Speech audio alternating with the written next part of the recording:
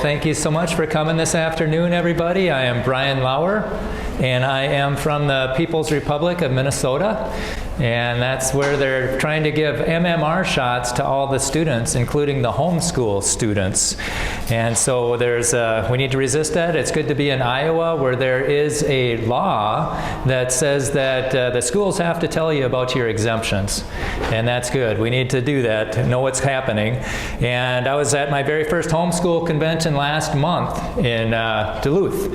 And I learned something. Has anybody ever heard of Trail Life USA? Anybody ever heard of that? You guys knew about that. I didn't. That's the Christian Boy Scouts, and there's some in the area. And I would encourage people to get involved. My kids were in Royal Rangers, and they were always working on something. It was a lot of fun. And if there's not one going in your area, I would suggest that you might look into starting one, because it's really good for boys to be around godly men, and so the godly men can teach them the truth. And let's see, yesterday, did anybody watch The High Wire? TheHighWire.com. This is Dell. There's tyranny coming, and we need to be, organized. And I like what you're doing here in St. Cloud, or in Iowa. And Dell, he went on a rant at the very end, and I love it when he tells us what he really thinks. And I put it on my Rumble channel called Education Not Indoctrination Clips, and I titled it, "They Can Shove It. It's not going in me, and it's not going in my kids." And here's a little taste of it. Are we building the new system together? Are we building the new community that doesn't rely on the government to tell us whether or not a vaccine is available? Because I have news for you. Whether there was COVID or flu shots or any of it, my family's never gotten any of it. I don't care what gets approved by the CDC. I don't care what's approved by the FDA. They can shove it. It's not going in me, and it's not going into my kids. So while we're at it, let's do our job to wake up everyone we know and say, whether or not Vinay Prasad thinks that it was a proper study, you can still turn this product down. You can still move to another state if the one that you're in is trying to force it on your children to go to school. We've got to resist every way we know is possible, and resisting doesn't just mean demanding more from our government. It means demanding more from ourselves. Stop going to doctors. Stop going to pediatricians if they use vaccines, and then praying that somehow they're not stupid enough to use the one that just got approved that you don't think was properly tested. Why are you there anyway? Get a chiropractor. Get a homeopath. Go to an acupuncturist. Change your diet. Jog. Love each other a little bit more. We've got to bring health into our own hands. That is the most powerful statement we can make right now. Let's build a community so big and so powerful and filled with so many physicians that will never give you a vaccine. Let's build that world together. Yeah, so that's just a taste of what he was saying. And I was just so blessed to be right next to Informed Choice, Iowa. These guys are at the tip of the spear fighting for your freedoms, or you guys could turn into Minnesota. You don't want to turn into Minnesota, trust me. And these guys are making it sure that you're free. Are we free if they can inject anything they want into us? No, we're not. So I encourage you to stop by their booth, and they're going to have a convention or a conference in November, and I encourage everybody to go, and we just need all the information to make informed decisions. It's going to be, November 22nd, and it's going to be a good use of time and finances, because we need to stand up to this tyranny, and it is coming. If you watch The High Wire, you're going to see the guy who made Agenda with these climate credits and the digital currency and the vaccine passports, all that stuff. We need to resist that and go into that conference. That'll help you make a local group of people that you can get together and get organized, and you can make a difference. On Tuesday I spoke in Elk River. They flipped their school board. It was a liberal one, and now it's a conservative one, and they did it in 4 years. But they were busy, and they were focused. So when people get together and get organized, they can make a big difference. Okay.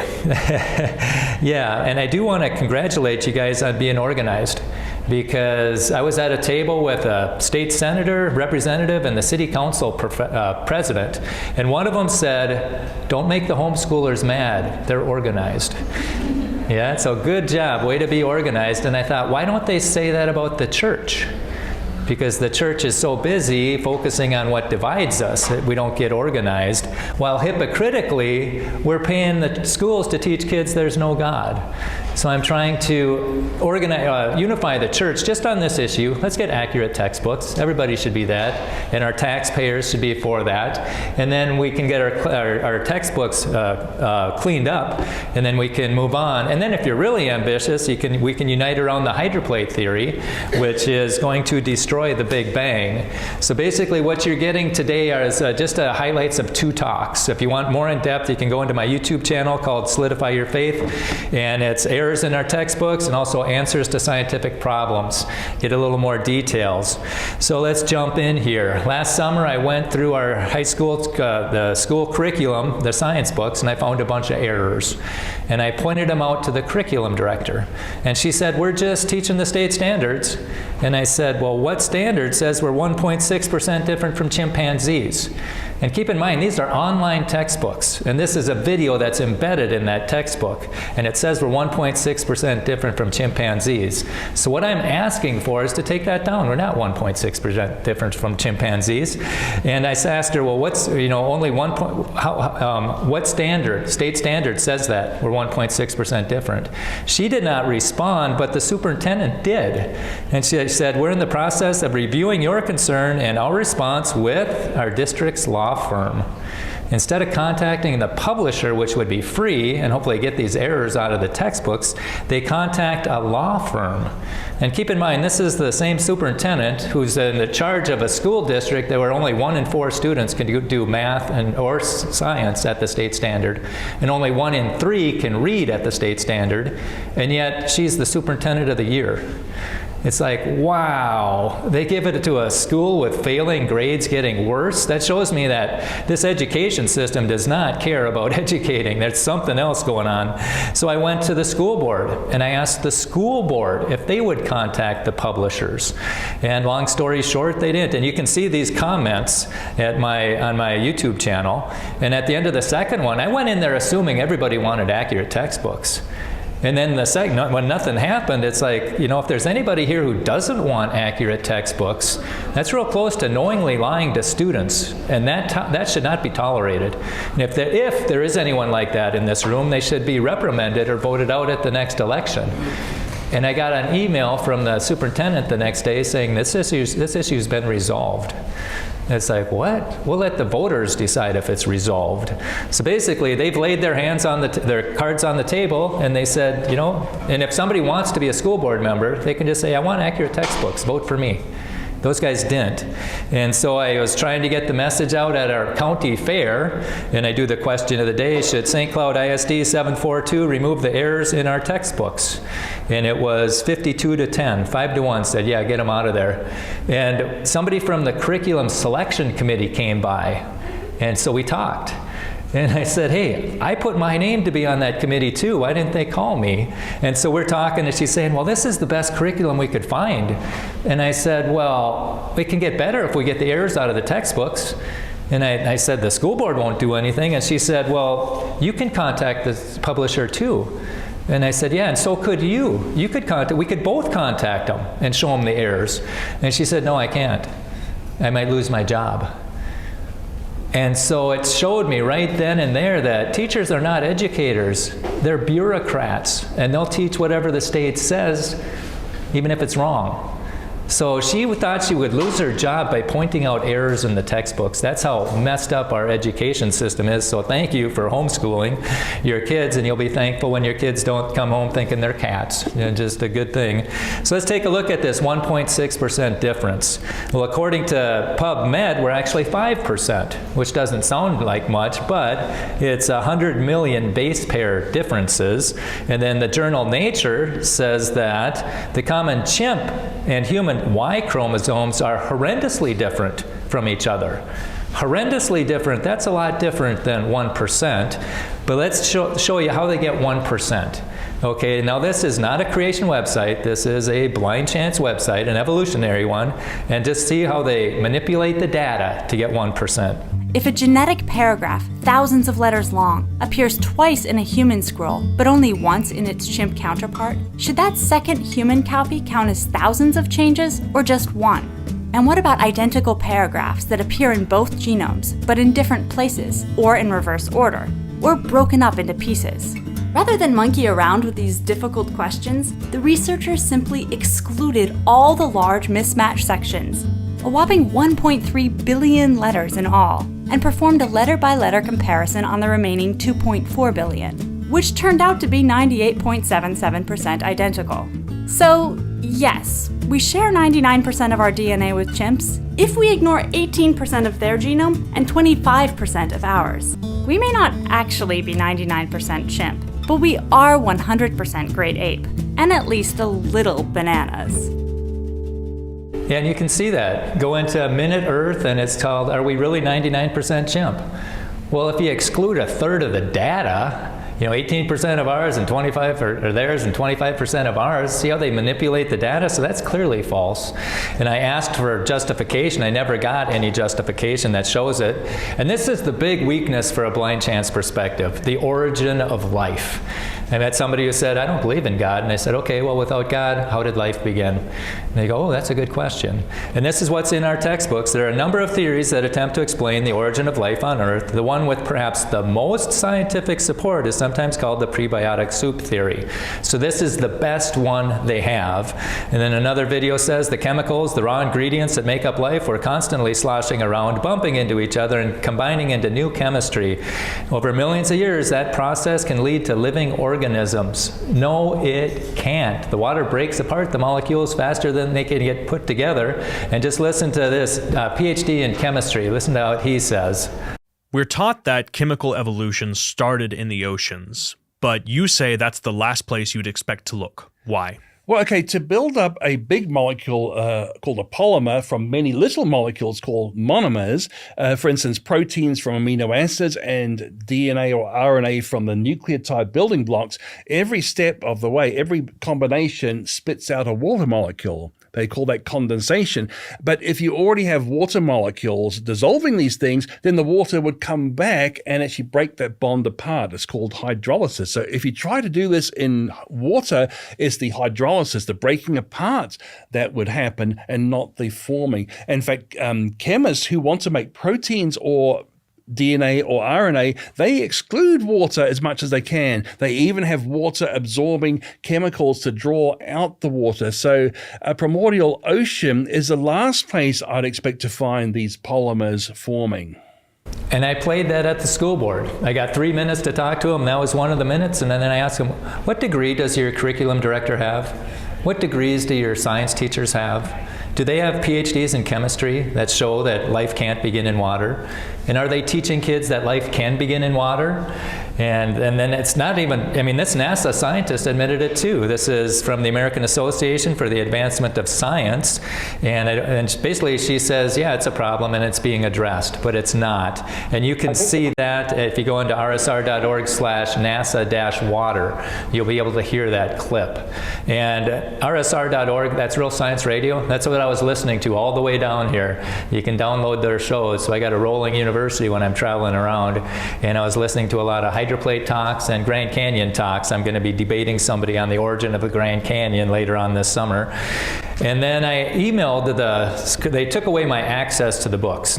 And so I emailed them in November, could you or the publisher please send me a link to the scientific paper that shows how life began in water to validate what we are teaching our students? And that was in November. She never responded. I went to the school board meeting making the same request. They couldn't do it. And then I went back and is there anybody in the school district that can validate what we're being taught? And I left my phone number, nobody calls. So this over millions of years, that process can lead to living organisms? No, it can't. You can believe it can, but that's not science. And then this one, the scientists haven't been able to come up with a working hypothesis as to why our retinas are set up backwards. So we got the photoreceptors in the back, and there's glial cells in front of them, and they think that should be the other way around. Even though if it was the other way around, the glial cells wouldn't be able to filter out the UV light, which would blind us. And it says there aren't any scientifically proven positives. Well, the Smithsonian says, here's why your eyes seem to be wired backwards. The glial cells did indeed create columns of concentrated light. And PubMed explains it even farther. Glial cells can guide light just like fiber optic cables cables. So it's an incredible design that gives us the optimization is such that color vision during the day is enhanced while nighttime vision suffers very little. So there's a reason for it, and for them to say that there isn't, that is false. And then it talks about the asteroid impact 66 million years ago, and the dinosaur species were killed off by this event 66 million years ago. Well, the big question is, hey, how did soft tissue last that long? They find dinosaur bone cells and dinosaur nerves and blood vessels.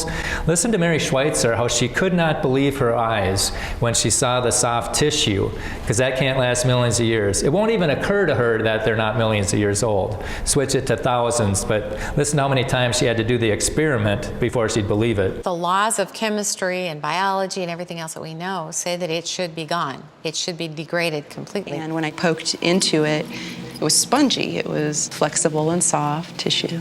Flexible tissue from a 68-million-year-old dinosaur?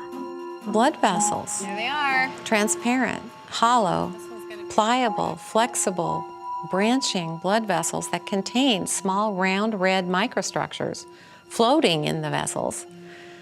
I said, this is not possible. Do it again. We got another piece of bone. We put it in the solution. We waited 2 or 3 or 4 weeks. Looked again, more blood vessels. We must have repeated that with probably 17 or 18 different fragments of bone. So 17 times they had to do that, 18 times. And if they would just change the date to thousands instead of millions, it's no big deal. So they have to have a rescuing device, you know, that's something they imagine to be true. You can see that on your sheet. They rescue the rescuing devices for the universe. They have to have the multiverse. You know, we got a fine-tuned universe. They have to imagine a multiverse. We have comets that can't last millions of years. They have to imagine an Oort cloud. We still got a magnetic field which has a half-life of 1,400 years, so they imagine a dynamo. And it just goes on. And for the dinosaurs, you know, they just have to imagine that they're going to imagine that something that works. And then I came across this. Anybody seen these before? Haeckel's drawings. They're real similar to Haeckel's drawings. You look on the right side, it's a bird, a bunny, or a person. And then you look on the left and it says, oh, they're all pretty much the same. And then the narrator says, animals go through similar stages of development. So they're putting humans in animal categories. It's like, no, we're not animals. We got the breath of life in us. This is, God made us special. We're not animals. And so when you look at those are real similar to Haeckel's fake drawings from 1870s, and he made them for evidence for evolution, and they were frauds. They don't look anything like what he, in the middle row, that's what they actually look like. They don't look like what he drew, and they don't look like each other. It's like, so why are they still in the textbooks? It was proven wrong over 100 years ago, and the New Scientist almost 25 years ago, or over 25 years ago, says embryonic fraud still lives on. You know, they still appear in reference books such as Gray's Anatomy, and although Haeckel confessed to drawing from memory and was convicted by fraud at the University of Jena, the drawings persist. That's the real mystery. Yeah, why are they still in there? Well, let's let the president of the National Center for Science Education, Eugenie Scott, say this was almost 20 years ago, that they're unreliable. And actually it's been known for 10 or 15 years that Haeckel's embryos are not to be relied upon. The reason why the diagrams are reproduced is because they're easily available. There's no copyright on them. It's an easy way to illustrate a point. Well, if you have to lie to illustrate a point, get a different point. You shouldn't have to know, if the point is good, you don't need to have unreliable images. And this is from 10 years ago, how fudged embryo illustrations led to drawn-out lies from the New Scientist. It's embarrassing but true. Some of the most influential drawings in the history of biology are wrong, exaggerated to fit a thesis. And I had this at the fair, and somebody said, well, they should update their textbooks. And I said, they're brand new. And they're still in there, so this is false. They're manipulating the data, they're ignoring evidence, and now they're making stuff up. And this almost complete skeleton, this is Lucy, is a direct ancestor of human evolutionary line. And this is a NOVA documentary. And I was next to a kiosk at St. Cloud State, and there was the anthropology department. And I said, they cut Lucy's hip. Did you know they cut Lucy's hip to make it walk from a chimp to a human? And she said, no, they didn't. I said, yeah, they did. And she said, no, they didn't. I said, I got it on the computer. You want to see it? No. It's like, don't confuse me with the facts. So listen to this. The perfect fit is an illusion. It's a chimp, but look at what they do. The perfect fit was an illusion that made Lucy's hip bone seem to flare out like a chimp's. But all was not lost.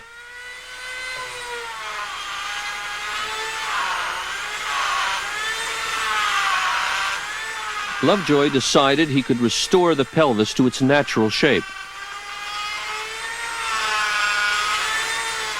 He didn't want to tamper with the original, so he made a copy in plaster. He cut the damaged pieces out and put them back together the way they were before Lucy died. It was a tricky job, but after taking the kink out of the pelvis, it all fit together perfectly, like a three-dimensional jigsaw puzzle. As a result, the angle of the hip looks nothing like a chimp's, but a lot like ours. Yeah, well, I hope so. If you cut it apart and put it back together, it better look the way you want it to look. So they're manipulating data, they're even manipulating fossils to prop up this blind chance perspective of the past. And because you can't prop up something that's false with truth, you have to prop it up with other stuff that's false, and that's what we're seeing. And then this one says, under the red line, Earth's oldest rock was discovered in 2008 along Hudson Bay. So in 2008, that's when they found it. Well, in 2019, NASA came out and said the Earth's oldest rock was found on the moon. And it's like, so they can't both be true. One of them is false, and I pointed it out at the school board meeting, and it's like, well, the hydroplate, or there's a theory that shows how that rock got on the moon, and so one of them is false, okay? That's a false statement. And then NASA says that it crystallized about 12 miles beneath the Earth's surface. How do you get a rock 12 miles under the surface onto the moon? And that's the hydroplate theory. It fits perfectly. The more we find out, the more it validates the hydroplate. And that's why there's a saying, all scientists work for Walt Brown. And I said, your students would love to hear about a theory that explains it. It makes accurate predictions, NASA discoveries are validating it. Just I'll let you know, and nobody wants to know. I am appalled at the lack of curiosity at our St. Cloud State and at our high school. They just do not want to see a theory that makes accurate predictions. And that should be the theory that we should be looking at. And I was invited into a classroom one time, and they gave me 10 minutes, and I talked, and then the professor at a university, and the professor said, well, what would you do if you were in charge of science? I said, we'd put all the theories on the table, and we'd focus on the one that's making accurate predictions. That's what we do. And we would not teach belief systems about the past, like the Big Bang and evolution. We would only teach what we can see, observe, and test, because that's what science is. Okay, so let's jump into the hydroplate. And you'll see this on my college channel called Answers to Scientific Problems. And real quickly, it was developed by Dr. Walt Brown. He got his PhD from MIT in mechanical engineering. He's a West Point grad. He's a paratrooper, Army Ranger, just top notch all the way along. He ran the Benet Military Lab, where he had dozens of PhDs underneath him. He's the top dog. And he taught at the U.S. Air Force Academy. And he's going through South Dakota, and he hears that somebody claimed to have found an ark on a mountain. He thought they were crazy because he was an evolutionist. But then he thought, if that was the case, that would mean the whole world was covered with water. And that means a whole bunch of stuff, plants and animals, got buried in mud and became fossils. And he thought, well, if fossils are evidence for a flood, where's the evidence for evolution? And he started to ask all his PhD colleagues, and after 2 years, he didn't have any evidence for evolution. And then he noticed in the Bible how it says that they founded the earth upon the waters. And the fountains of the great deep broke up. So there's water clearly inside the earth. And he thought, oh yeah, if you want to see him explain it in his own words, I've got a hydroplate theory playlist on my YouTube channel. And so that's one of the things that's circled here at the top. You can just go in there and have him explain it himself. And the one assumption is half of the ocean was inside the earth at one time. So just think of the earth as a big apple. The skin is made of 60 miles thick, made of granite. Underneath that is a layer of water about a mile thick, and underneath that is the mantle. And then the moon's going to start tugging on the crust. And back then, the crust wasn't broken into plates like it is today. It was just the crust. So it's stretch and compress, stretch and compress, stretch and compress every day, and that's generating heat. Like if I had a wire bending it back and forth, it would get hot. And so the water gets hotter and hotter. It wants to boil, but it can't because there's no room to boil. And then at 705 degrees and 3200 psi, it becomes supercritical water, where it's not really water and it's not really steam, but whatever it is, it dissolves things like crazy. So now it's dissolving the granite above and the basalt below, and it's turning in, making stuff like salts and limestone and chalk and quartz. And when limestone is formed, it releases carbon dioxide. And there's 60,000 times more limestone on the surface of the Earth than carbon dioxide in the atmosphere. So Walt Brown asked Bob Dietz, he's the guy who coined the term seafloor spreading, he said, where'd all the limestone come from? And then Bob Dietz says, beats the blank out of me. But all that carbon dioxide just got recycled in those subterranean chambers, so it never got to our atmosphere. That's how we get all that limestone. And so the crust is getting weaker and weaker. It's getting hotter and hotter. There's more and more pressure. And Walt Brown says that water was under 372,000 psi, just squished in there like crazy. And can you imagine what happens when that gets to the surface, where there's almost 0 pounds per ounce? It's just going to erupt out of there. And that's what happened when the fountains of the Great Deep broke up. That's when the Earth the crust finally cracked. It went in 2 directions all the way around the world, and then came together like a seam on the baseball. And then the water erupted out of there with tremendous force. That's how it could rain for 40 days and 40 nights. And people say, well, if that happened, wouldn't it leave a mark? And it's like, yeah. That's the mid-oceanic ridge. That mountain range that goes through the oceans, that's below where the fountains of the Great Deep broke up.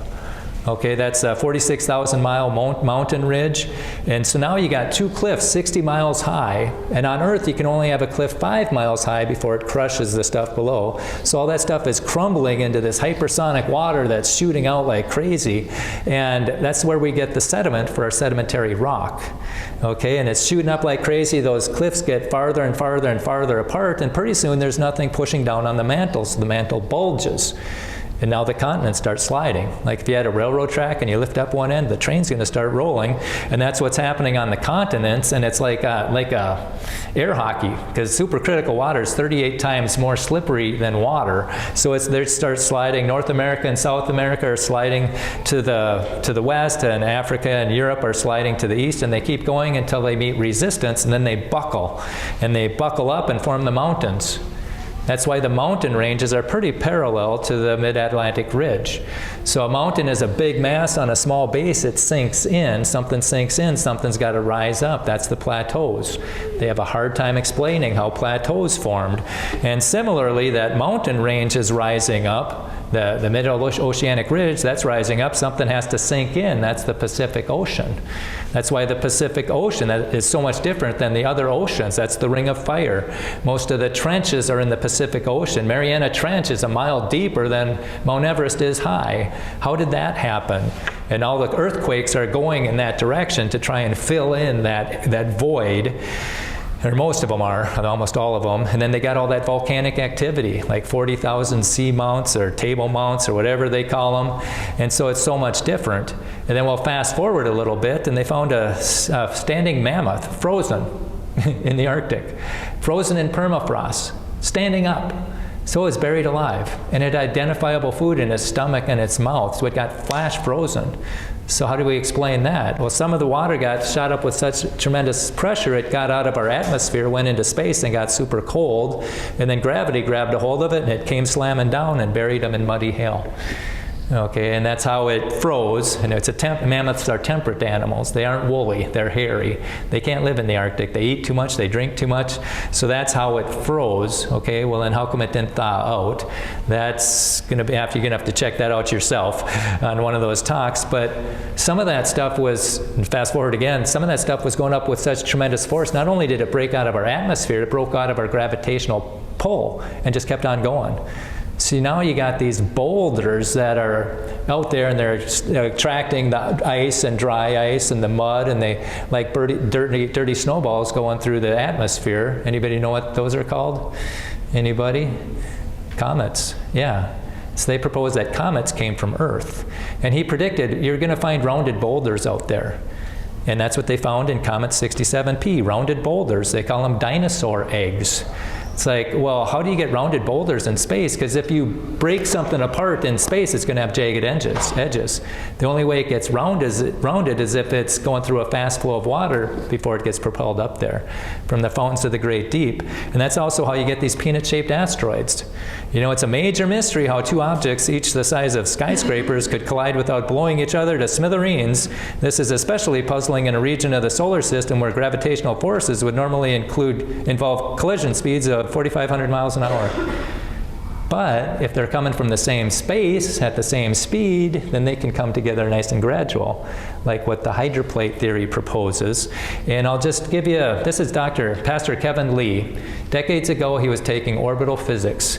And I think God was preparing him for a time such as this, because he can explain what NASA's trying to sweep under the rug. There's a strange moon of the asteroid Dinkinish. When the Lucy probe was here looking at Dinkinish, it saw this. Oh, another asteroid with a moon. And then it went a little bit further and took another angle at it. And it said, oh, it's an asteroid with a moon that is made up of two components that are contact binaries of the same size. Absolutely impossible, except for the hydroplate theory. Principal investigator for Lucy said in a statement, I would have never expected a system that looks like this. In particular, I don't understand why the two components of the satellite have similar sizes. This is going to be fun for the scientific community to figure out. No, it's not going to be fun. They're never going to figure it out unless they embrace the hydroplate theory premise of how they were sent up into space. Contact binary systems seem to be fairly common. Now there's, oh yeah, this is common to find contact binaries, which was impossible to them a few years ago until they keep finding them everywhere. But scientists hadn't seen one orbiting an asteroid prior to Dinkinish, and we never suspected anything so bizarre. Details of how this unusual moon formed remain mysterious, and it will remain mysterious until people embrace Dr. Brown's hydroplate theory. They'll never figure it out. Scientists were shocked in 1993 when for the first time they saw a moon orbiting an asteroid called Dactyl. They said it was impossible, and then they saw it. Galileo scientists correctly stated that it is virtually impossible, that the moon is a captured object, something created completely separately from light. It is impossible to catch a moon in the vacuum of space. Now, decades later, scientists have found that 17%, more than 245 asteroids have orbiting. And now a moon with the moon can only be explained by the hydroplate theory. And so him and I, we're going to be doing a hydroplate conference on the Standing for Truth YouTube channel. That's down towards the bottom of that YouTube thing. That'll be this June, I think. June or July, but it'll be coming. And then this is from Real Science Radio. They had me on to talk about the errors in the textbooks. And what they're finding, doesn't that look, the orange looks like the Mid-Oceanic Ridge. This is Astro Alexandra. She's a blind chancer. And I want you to keep your eye on this guy as more and more stuff validates the hydroplate theory. So let me know what you think. This is the most insane space news in a really long time. This asteroid, called Bennu, is 63 million kilometers away. That's 160 times farther than the moon is. Over the last few years, this spacecraft called OSIRIS-REx traveled all the way there, touched its surface, grabbed a sample, and brought it all the way back to Earth. And what they found in that sample is insane. It's rich in carbon, nitrogen, and organic compounds, all of which are essential to life as we know it, but we've seen that before. The asteroid is also covered in a mineral called serpentine, which looks like this. And these samples look just like the type of rock that we find here in mid-ocean ridges. This is where the stuff from the mantle of the Earth comes up and touches the water. It's underwater. Scientists think that this asteroid could be a chunk of an ancient small ocean world. This could be a piece of an old watery planet that's been traveling through space for billions of years, and we just took a sample of it. Wow. What do you think of that? Wow. Oh my goodness. We have a few minor tweaks for, first of all, that watery planet, let's call it Earth, Oh, as yeah. Kevin Lee likes to say. I wanted to get your reaction, Brian, because when I saw that, I'm like, wow, She works for Walt Brown and Real Science Radio in creating a short for us without us having to do all that production effort. Yeah, she needs a raise, I think. Man. Well, what everyone just saw on display was an example of a victim of the government schools, a victim of the deceptions and the errors that Brian has uncovered. That girl, to not even consider that this giant water planet is Earth, but that it's been traveling through space for millions of years, is because she has been victimized by exactly what Brian's been uncovering. And it's actually sad. It's sad to see, but it is instructive as to the work we have to do. And then there's the heartbeat, and the heartbeat stops. That's going to happen to everybody, every one of us, every one of our friends, relatives, family, and where do they go when they die? And so that's why one of the main reasons I pound on creation, because I don't want blind chancers. They're going to reject God the Creator, and what chance do they have of putting their faith in God's Son? And so I want them to see the absurdity of their position. And you got this, if you want more hydroplate information, you got the sheet. I've circled the hydroplate channels. I encourage people to listen to Walt Brown Week on Real Science Radio. That's what colored in the details for me. And then I wrote in rsr.org/HPT. That's where you got all the data, all the interviews and that. And then there's also rsr.org/answers. And at one of them, at the bottom, it says Walt Brown controversy. So you can see why this hasn't been in the mainstream for 40 years. And it's really a sad commentary and sad testimony on what's happening. But we're just trying to get it out there so people have all the information and we can destroy the Big Bang. I was motivated for a while to get Walt Brown the credit he deserves before he dies. I think he's the Isaac Newton of our day. He's figured out so many things.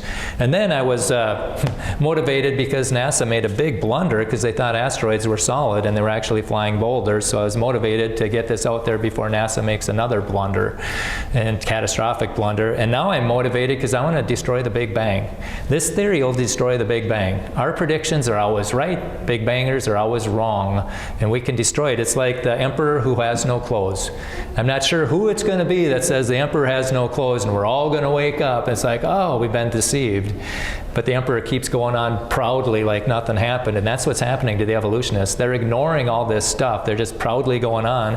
And we just have to stop. We have to get other people to stop believing them. When we stop believing them, that's when we win. That's when they lose. That's when they lose their funding, hopefully. So there's some good sources, and right now there's more evidence against evolution and the Big Bang than ever before. And this information is more easily accessed than ever before. And it's broken into bite-sized pieces like never before. So we have everything we need, but we just don't have enough people doing it. We haven't reached the tipping point. So I'm trying to get as many people involved. I think of it as a race. Can we get enough people to push the Big Bang off the cliff, or is he going to put a stake in the ground that says, hey, you can't criticize me? Because that's the only, make it illegal to criticize them. That's the only card they have left. They can't win in the science room. We're winning big time in science and what they're discovering. So we just have to get more and more people involved. You know, I was going to go to St. Louis where the creation scientists were having a convention and get a table and try and convince them. And then Fred Williams says, don't waste your time. Their minds are made up. Go to the homeschoolers. And so that's why I'm here. Going to the homeschoolers, reaching the next generation. And when they see the truth, they aren't going to believe the lie. Because catastrophic plate tectonics, it's just a secular model, plate tectonics sped up. And that's what they tried to do. They tried to squeeze plate tectonics into the Bible. That's like trying to squeeze evolution into the Bible by slapping a cross on it, calling it theistic evolution. We don't need their models. We got the Bible, and especially if we're making accurate predictions. And I think we need to start redefining the conversation. This is not science versus religion. You know, if anything, it's science based on one view of history that acknowledges God versus science based on another view of history that doesn't acknowledge God. One time a student said, yeah, and let the games begin.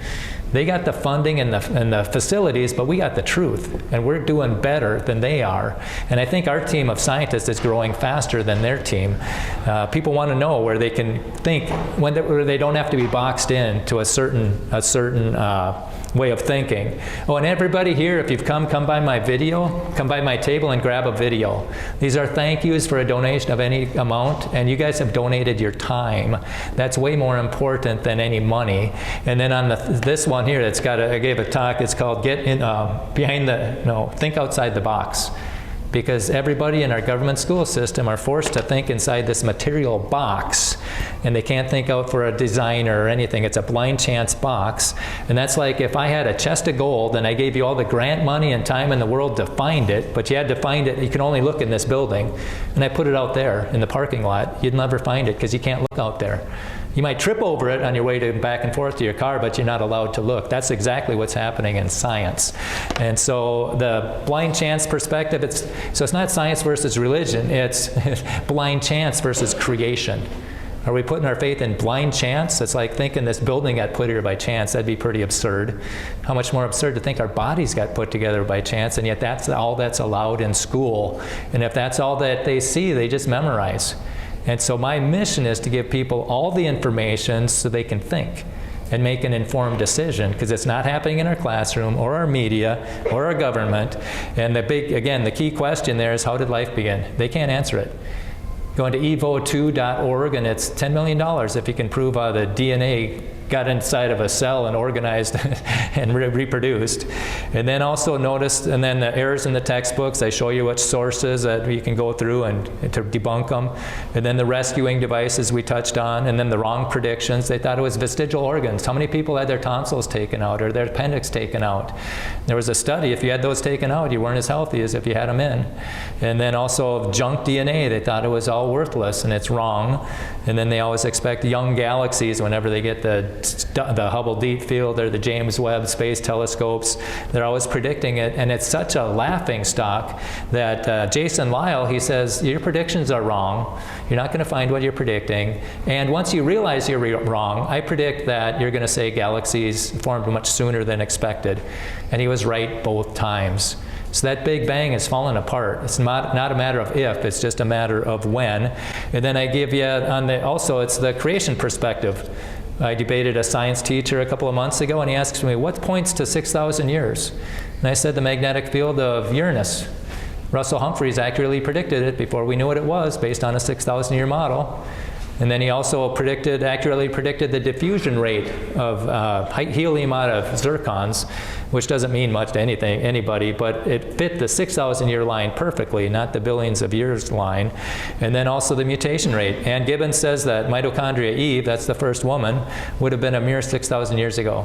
So astronomy, geology, and biology point to 6,000 years. The science teacher did not let me finish what I started. And then the accurate predictions are mainly based on the hydroplate theory. Okay, so what can we do? I was in Virginia. They called me the Johnny Appleseed of creation, because wherever I go, I like to plant creation seeds. But now what I really want to do is plant creation trees. Consider starting a club.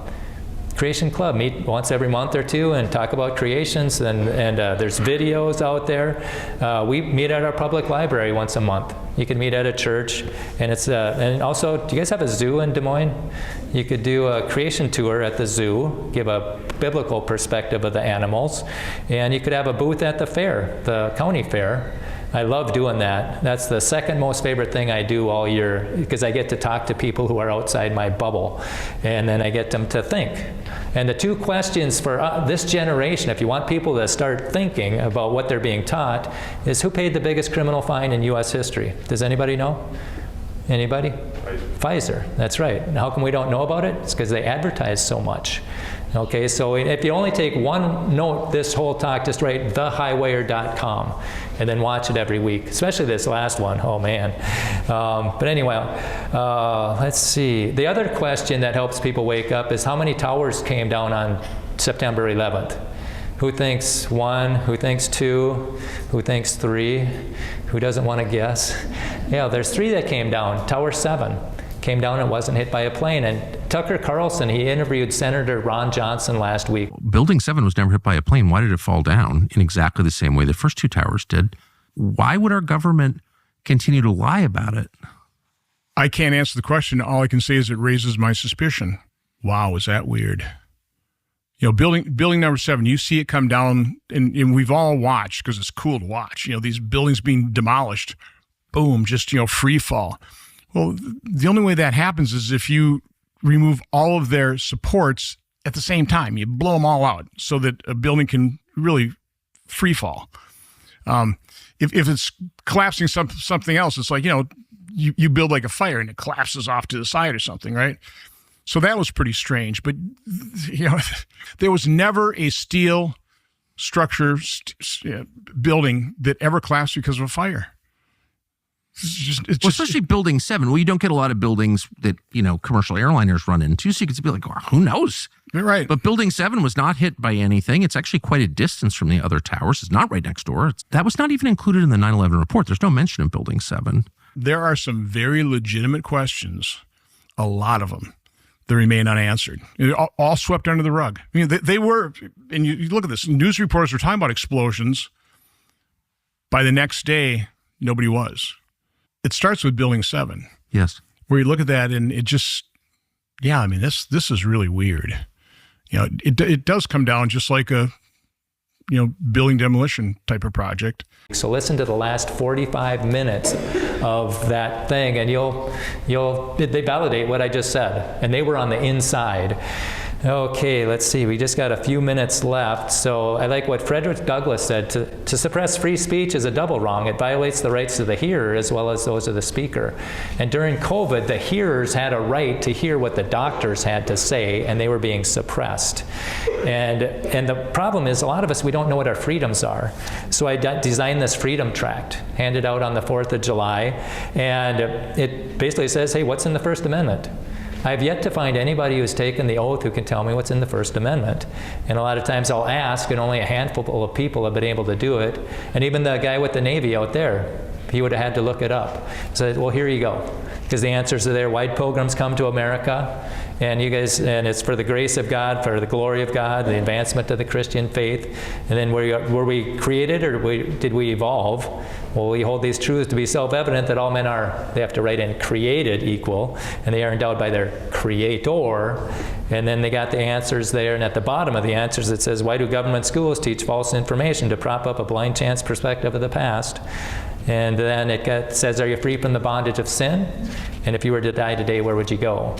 And so I encourage you to take these, give one of these to your pastor and ask him, do you want our name on the bottom there? And then just have him email me. I can change it and send him a PDF, and he can print out as many as he wants. And what I'd really like to see, and our church isn't going to do it, so I'm going to be doing a survey on July 4th. I got 2,000 of these. And I'm going to be saying, hey, do you know what's in the First Amendment? And then I'll do a stroke tally, and I'll be shocked if it's over 5%. So if somebody wants to do it in Iowa, let's compare our states, and then hand them out and say, oh, here you go. And then this would be my dream. And this is a banner. Could you imagine sitting at the 4th of July parade and you see this banner coming down? May God bless America as America honors God. Wouldn't that be awesome? And then you had people handing these things out. And there's a song that's what was playing at the beginning. And so anyhow, I've got the YouTube channel. You can check that out. I encourage you to go to Informed Choice Iowa after you get done here. Get to sign up, register for free tickets, and go to those things, because we need to be informed and we need to inform our communities.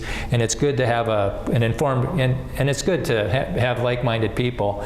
And then I'm also speaking tomorrow 3 times at Easton Baptist Church.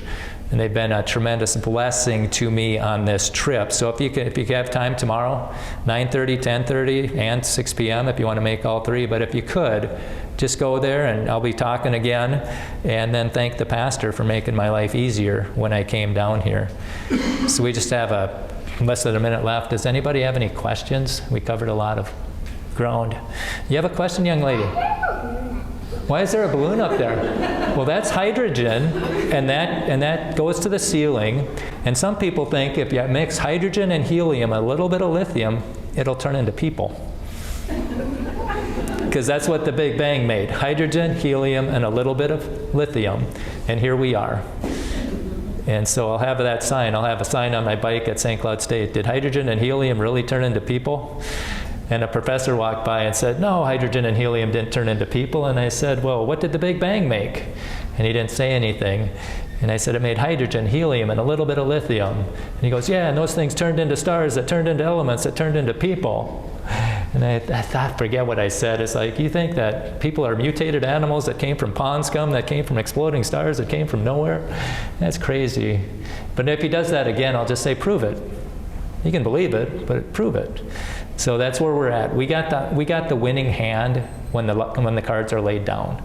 We just have to make them lay down their cards. And in the meantime, there's a lot of people that are believing those government lies, and we have to help them wake up. And just ask them, you know, what came first, the chicken or the egg? Do you believe in blind chance or a creator? I'll do that at college too. Oh, and I do surveys. How did we get here? Creation in 6 days, evolution over millions of years, or intelligent design? Creation wins a lot of times. And at St. Cloud State, it was real close. So the creationists are out there. If you go into the Gallup poll of last year, and it's been this way for decades, there's more Americans that believe that God made man in his present form less than 10,000 years ago. So we're the majority, but the minority is taking our money to teach the minority's view. The disturbing thing about that is in the last 12 years, they've gained 9 points and we've lost 9 points. And if that continues, they're going to be the majority.